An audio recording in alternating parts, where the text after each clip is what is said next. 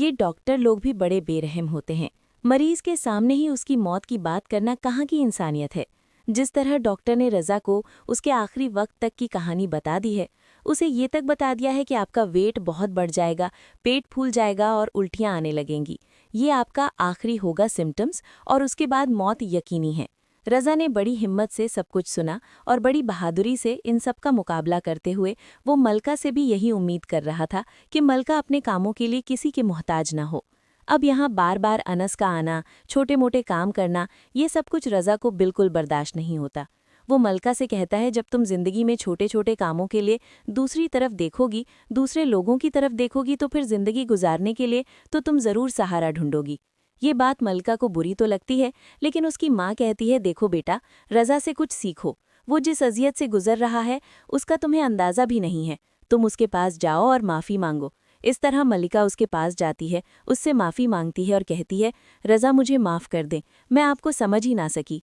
कभी ज़िंदगी में मैंने आपकी बात को ना समझा और ना समझी में ही हमारी ज़िंदगी गुजर गई। लेकिन अब मैं चाहती हूँ कि मैं आपके साथ हर लम्हा रहूँ। क्या ये मुमकिन नहीं?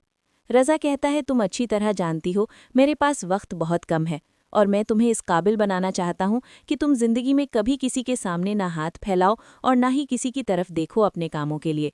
तभी मलिका ठान लेती है कि वो रज़ा की ये ख्वाहिश ज़रूर पूरी करेगी। इस तरह रज़ा जो है हादिया को और मलिका को बहुत कुछ सिखाने की कोशिश करता है, क्योंकि वक्त बड़ा थोड़ा है रज़ा के पास और काम बहुत से थे। लेकिन उसने मलिका को बहादुर बना ही दिया और फिर अचानक रज़ा की डेथ हो जाएगी। रज़ा की डेथ के बाद जो कुछ भी मलिका पर गुजरेगी, वो उन सब से लापरवाह होकर सिर्फ और सिर्फ हादिया की फिक्र करेगी, क्योंकि वो जानती थी कि हादिया रज़ा के बगैर नहीं रहना जानती। वो बहुत छोटी है और रज़ा उससे बेहद मोहब्बत भी करता था। इस तरह मलिका अपने आप को संभाल कर एक अज़म के साथ एक नई जिंदगी शुरू करेगी। उसमें वो किसी का सहारा नहीं ढूंढेगी, ना ही किसी से शादी करेगी। जबकि अनस बार बार अपनी ख्वाहिश का इजहार करेगा, उसकी मोहब्बत जैसे फिर से जाग गई है और वो मलिका को बार बार पैगाम भिजवाएगा शादी का। वो मलिका से ये भी कहेगा कि बेवा औरत को शादी कर लेनी चाहिए, ये तो हमारे इस्लाम में भी है। लेकिन तभी मलिका कहती है, मैं सिर्फ रज़ा की हूँ। रज़ा ने जैसे मुझे बहादुर बनाना था, जैसा करना था, मैं वैसी हो गई हूँ। मैं अपने हिस्से की मोहब्बत भी कर चुकी हूँ और अपने हिस्से की खुशियाँ भी पा चुकी हूँ। लेकिन तुम ज़रूर शादी करो और मामू और मुमानी का ख्वाब पूरा करो। इस तरह अनस फिर पीछे हट जाएगा और अनस की शादी कहीं और होगी, जबकि मलिका अपने मकसद में लग जाएगी।